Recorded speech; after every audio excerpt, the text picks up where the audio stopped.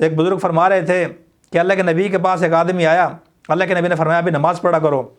نیا غالباً مسلمان ہوا تھا، تو اس نے کہا کہ یا رسول اللہ میں 2 نمازیں پڑھا کروں گا، 5 نہیں پڑھی جاتی مجھ سے۔ تو آپ نے فرمایا ٹھیک ہے 2 پڑھ لیا کرو بھائی، تو 2 کی اجازت دے دی، حالانکہ 5 فرض تھی، لیکن جب اس نے 2 پڑھنا شروع کر دی، عادت بن گئی، تو پھر اس نے تیسری بھی پڑھنا شروع کر دی،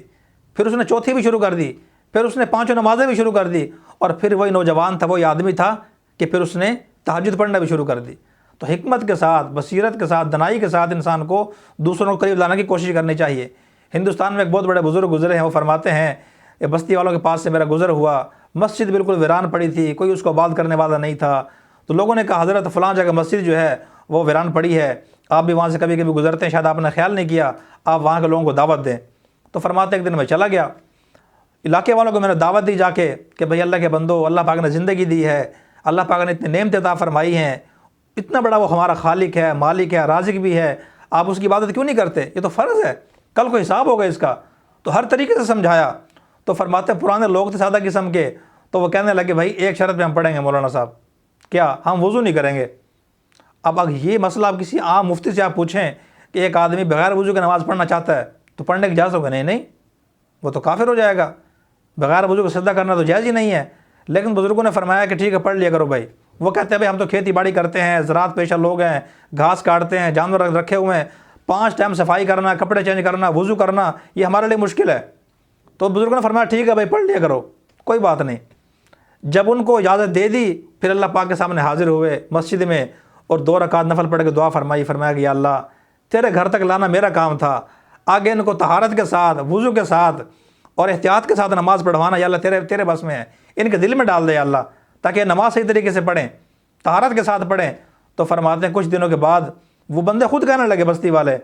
کہ مولانا صاحب آپ نے تو ہمیں کہا تھا کہ بغیر وضو کے پڑھ لیا کرو، لیکن فرمایا کہ ہمارا دل کہتا ہے جب آنا ہی ہے، جب پڑھنی ہی ہے نماز، تو بندہ وضو کیوں نہ کر لے، صفائی بھی حاصل ہو جاتی ہے۔ تو ان کے اخلاص کی برکت سے، حکمت اور دنائی کی برکت سے، وہی نمازی جنہوں نے چند دن بغیر وضو کے نماز پڑھی، اس کے بعد انہوں نے باوضو نماز پڑھنا شروع کر دی۔ لیکن پھر وہ فرماتے ہیں کہ ان کو میں نے پیار سے بٹھا کے سمجھایا کہ دیکھو میں نے اس حکمت کی وجہ سے تمہیں اجازت دی تھی، مسئلہ بعد میں بتایا، اس وقت نہیں بتایا تمہاری نماز نہیں ہوگی، بعد میں بتایا کہ دیکھو تم نے جو ہفتہ 2 ہفتہ مہینہ نمازیں پڑھی ہیں وہ تمہاری نمازیں نہیں ہوئی، اس لیے کہ طہارت شرط ہے، طہارت فرض ہے، طہارت کے بغیر جو ہے وہ نماز نہیں ہوتی۔ تو ان کو سمجھایا مسئلہ، تو انہوں نے کہا ٹھیک ہے جی کوئی بات نہیں، ہم ہر نماز کے ساتھ ایک نماز پڑھ لیا کریں گے۔ تو پچھلی نمازوں کی بھی انہوں نے قضا کی،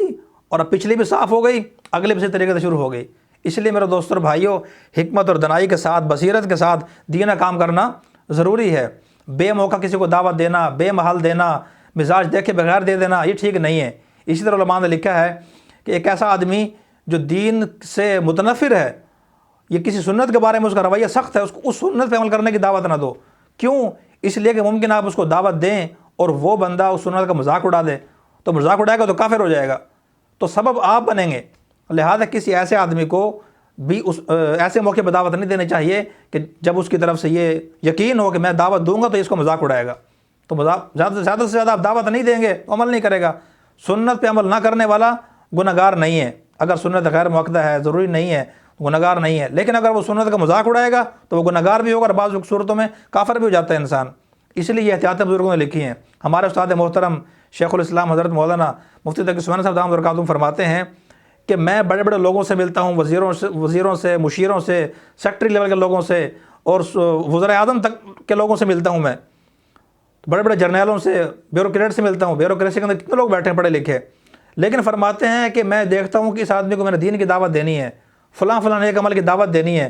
لیکن کب دینی ہے، کس موقع پہ دینی ہے، مصروف تو نہیں ہے، غصے میں تو نہیں بیٹھا، اس کا مزاج کیسا ہے، وہ کسی ٹینشن میں تو نہیں بیٹھا۔ فرمایا موقع مال دیکھ کے دعوت دیتا ہوں، اس کا فائدہ بھی ہوتا ہے۔ اور وہی فرماتے ہیں کہ بعض اوقات اس موقع مال دیکھنے میں میرے 4 5 مہینے بھی گزر جاتے